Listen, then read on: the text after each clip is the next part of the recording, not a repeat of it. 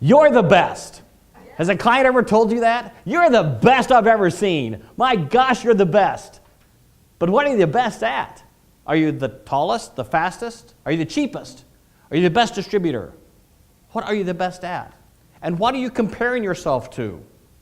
More importantly, what are your customers comparing you to? Your customers are comparing you to one thing: your competition. Those backstabbing, price-chopping, client-stealing thugs that are out to ruin your business at any cost. And you need to find out how they're doing it. You need to go after them with everything you've got. You need to find out the information about their business, how they're getting customers, and cut them off at the knees. You need to destroy them. You need to take everything you can do to kill them. Destroy them. Stomp on them at every chance you get. And that's what competitive analysis will do for you. Competitive analysis will give you the tools to destroy your competition and take over the market for your business. That's really a lousy use of competitive analysis. And it's a huge waste of time. Competitive analysis is a great tool to use to find out what your competitors are doing, but it really needs to be used to build your own business up, to find out what you can do better in your own business to set yourself apart from your competition. This is a list of my most of my competitors in the St. Louis market, and I'm not afraid to share their names with you. I know these people. I know their businesses. I know what they charge. I know their products and services. I know where they're located. I know what markets they serve. But most of them are also my friends. I work with them. I collaborate with them. They hire me. I hire them. When we have big jobs, we work together. We swap ideas. It's a great environment that we have in the St. Louis area for the balloon industry. But that doesn't mean they're still not my competition. And that still doesn't mean I don't want to know what they're doing at all times to market and what kind of customers are they going after. I want to separate myself from these people so that clients will know that I'm better than them. So how do you find out this information about your competitors? Where do you go to find out what they're doing? Well, there's a lot of ways to do that. And fortunately, most of them are free. Number one, why do you need to, why do you need to know what their competition is doing? It really helps you in your business. It can help you separate yourself from your competition. It can help you find the markets that you need to service. And it really helps you develop a niche that you can present to your clients to show that you do something better and different than anybody else in the market. So to find this information out, start with the websites. Go to your competitors' websites and find out about what they're doing. Find out what they offer. What kind of services do they provide? Find out their prices, because most people list their prices on their websites. Also, just look at their website. Is it a professional website that shows off their products and services well, or is it something they got free and that their cousin Mel made for them?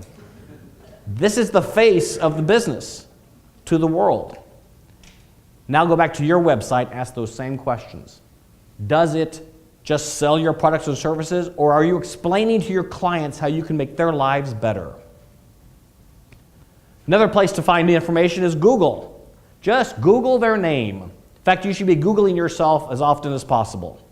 Googling yourself actually feels good because it's a great ego boost. This is the Google results for my company name. And you can see here that I've got a website, I've got Facebook pages, I have videos, I'm on Yelp. To the right of the screen is my Google business page. And everyone should have a full Google business page. It'll give you all the information about the business. Now, when you look up your competition, you can see what areas do they serve, what hours are they open, what kind of reviews do they have. Are their clients giving them reviews? And now look at your own business page and find out if your clients are giving you reviews too. This is a lot of information you can find out where your client or where your competition is located on the web. Another great place to look, social media platforms. Everyone's on social media now. Find out where your competition is. Follow them on Facebook. Read their tweets. Look at their Pinterest and Instagram pictures. But don't get too crazy. There's lots and lots of social media platforms out there, and there's more and more every single day.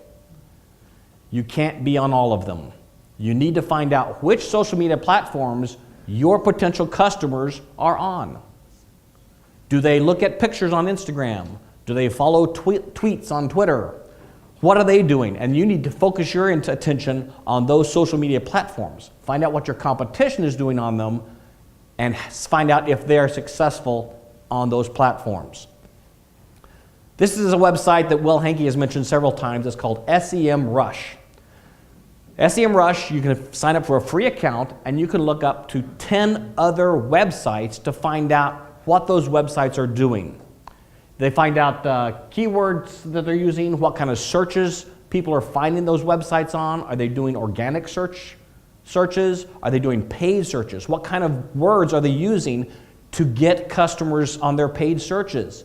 SEMrush is a great tool that you can compare your information with your competitors' information and find out what's working in the marketplace. Another website that's similar to SEMrush is called SpyFu. I love SpyFu because it's a cool name. I don't know who comes up with this stuff. But SpyFu gives you a lot of information too. Another free account you can sign up for, and you can still get lots of information from it and look up your competitors' websites as well. This will give you a lot of information about organic keywords, what kind of links do they have? Do they have paid keywords? How many years have they been with Google? Lots of great information on SpyFu that you can compare yourself to your competition and find out what is working for them and what might work for you. Google Alerts. This is one of my favorite things to do. Google Alerts will allow you to get an email when one of your competition is mentioned on the web. So if somebody puts out an article or somebody puts out, invites them to speak at a business meeting, Google will send you an email with a link to the page that their name is on. So you can find out what they're doing and where they're going and how they're getting their message out there. You should also have a Google alert for your own name so that you can find out when you're mentioned out there. Maybe somebody writes an article about your business. You want to know about that because you want to promote it, you want to thank them, and if somebody says something bad out there, you want to know about that too. But Google Alerts is a great way to get information about when your competition is out on the web. Facebook Insights is part of a program with your Facebook business page. If you don't have a Facebook business page, you should get one right away. It should not be part of your personal page because nobody wants to see your poodle except for Richard. They want to see your dog all the time, yes. The rest of us, no, they don't want to see pictures of your dog. Facebook Insights gives you a lot of great information about how your Facebook page is working, how the posts that you're putting out there are getting engaged with your readers. But Facebook Insights is only available to you. You have to be logged into your Facebook business page to get the insights on your page. You can't go to your competitors and find this out. That's all well and good, but Facebook gives you a very, very powerful tool. Pages to watch. You can watch your competition's Facebook pages. Find out what kind of posts they're putting out and how they're being engaged. This is five of my competition companies that I watch on Facebook every day. I want to know what kind of posts they're putting out, if those posts are getting engaged, if they're getting liked, if they're getting commented on, how many likes do these people have, and I look at this all the time. When I did this snapshot, and I just did this snapshot arbitrarily, you can see at the bottom is my page, my Facebook page. I have the most posts and the most engagement. I win. That's all I want to do. I just want to win. My competition is not using Facebook to its utmost potential. That's great to know. Now I know I can even focus more on Facebook and get even more engagement for my business. Now you have to decide on what competitive factors you want to rank for. What are you going after? What do you want your customers to know about you? Do you want to be competitive on price, or delivery time, or ad space, or distribution, certifications, endorsements? You can't be competitive on every platform, on every factor that's out there. It's just too much. There's too many of them. So you need to decide which of these factors you want to focus on. Then that's where you want to be competitive. So it's easy to track this kind of stuff. You want to put together a simple graph. You can list the competitive factors that you think are important to your business, list your competitors, and find out where you're better or worse than they are. Very simple to do. Now, you've got to be careful with competitive analysis because you can really get into the thick of it. And if you start getting too much information and you're tracking too many factors and you're tracking too many competitors, your graph is going to start looking like this. If you get to this point, you need to stop and seek help. This is too much information and you're wasting too much time.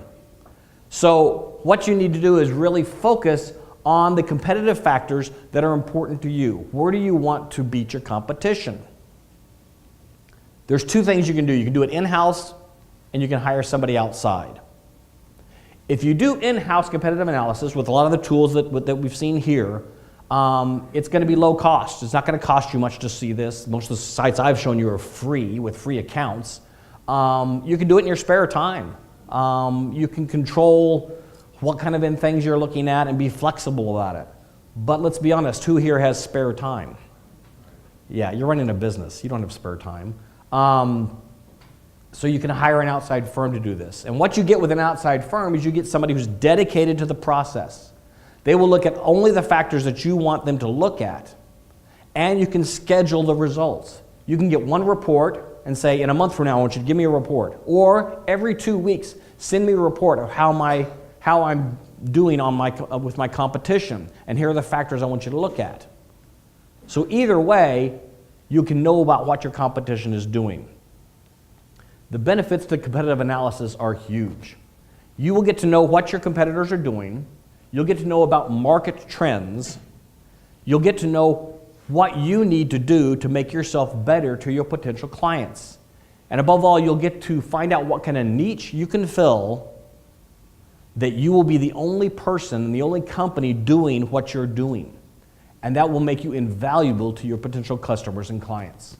So remember, competitive analysis is a great tool to use, but you don't want to get too involved with it. It's something you can find out about your competition that will make your company even better. Thank you very much. I appreciate your time.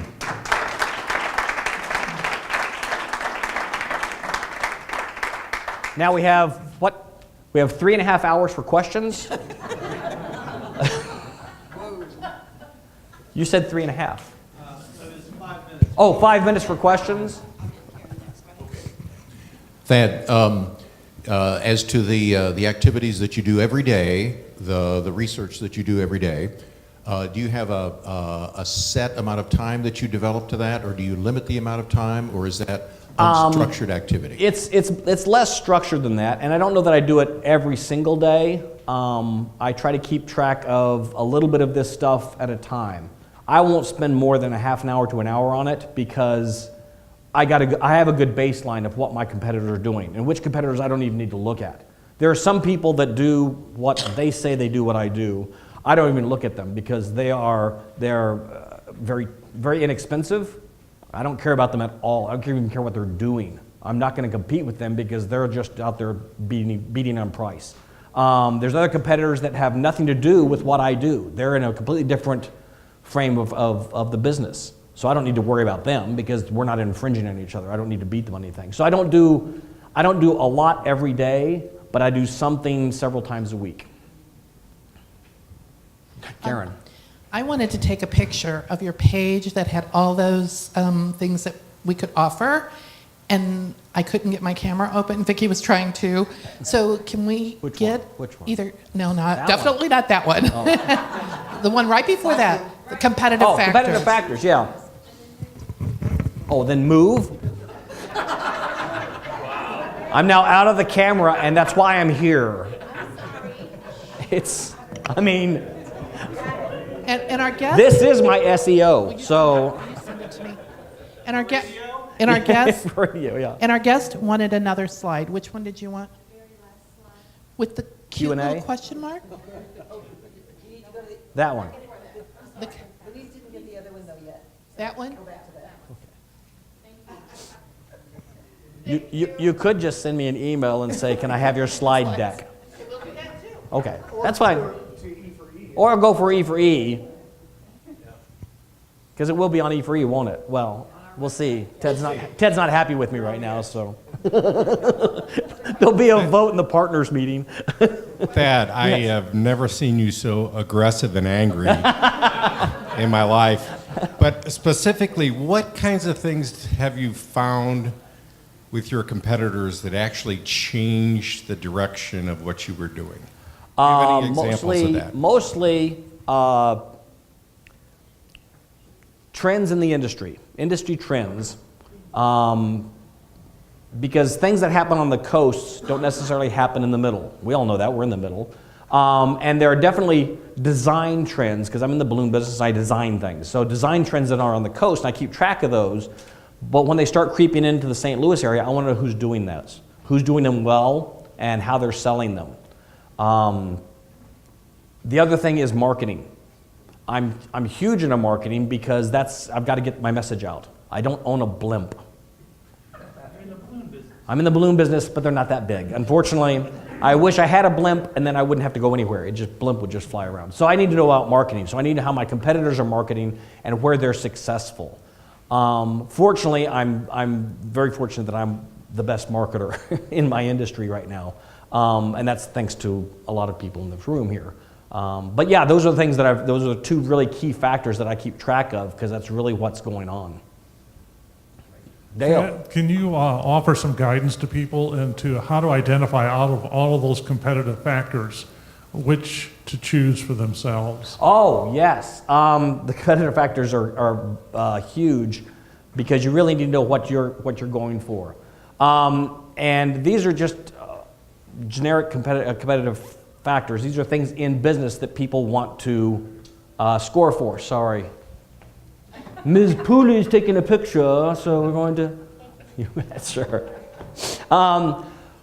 First of all, like the first one up here, price. Don't care. If you're trying to beat me on price... What? 1 minute? Yeah, talk fast. So if you're trying to beat me on price, you're going to win. But I try to find out on these factors what's important to my business, what's important to me, and what do I want to promote. So that's what I look at. And to Richard's question, trends and marketing. One more question. Thad just mentioned this morning, great presentation. Thank you. It might sound counterintuitive to work with your competition. I use that as a strategy. Can you share a positive thing that came out of it, just so everyone can have a good example? Some positive things. One, I have found out who I can trust, which is huge. But in collaboration, because I don't do everything, and my competition might do something a little bit different than I do, collaborating with them and working with them on a common goal builds that trust. And that trust usually pans out to more success for both businesses. In my business, I do projects that involve a lot of people. I need to have a crew with me. I'm not hiring any of you for my crew.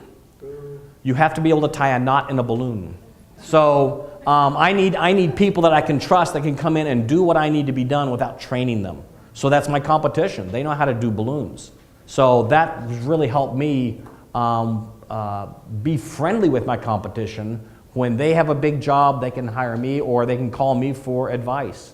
And I know who I should give advice to and who I shouldn't give advice to. Now, Mark said I have to go, so that's all I have time for. Thank you very much. Appreciate it.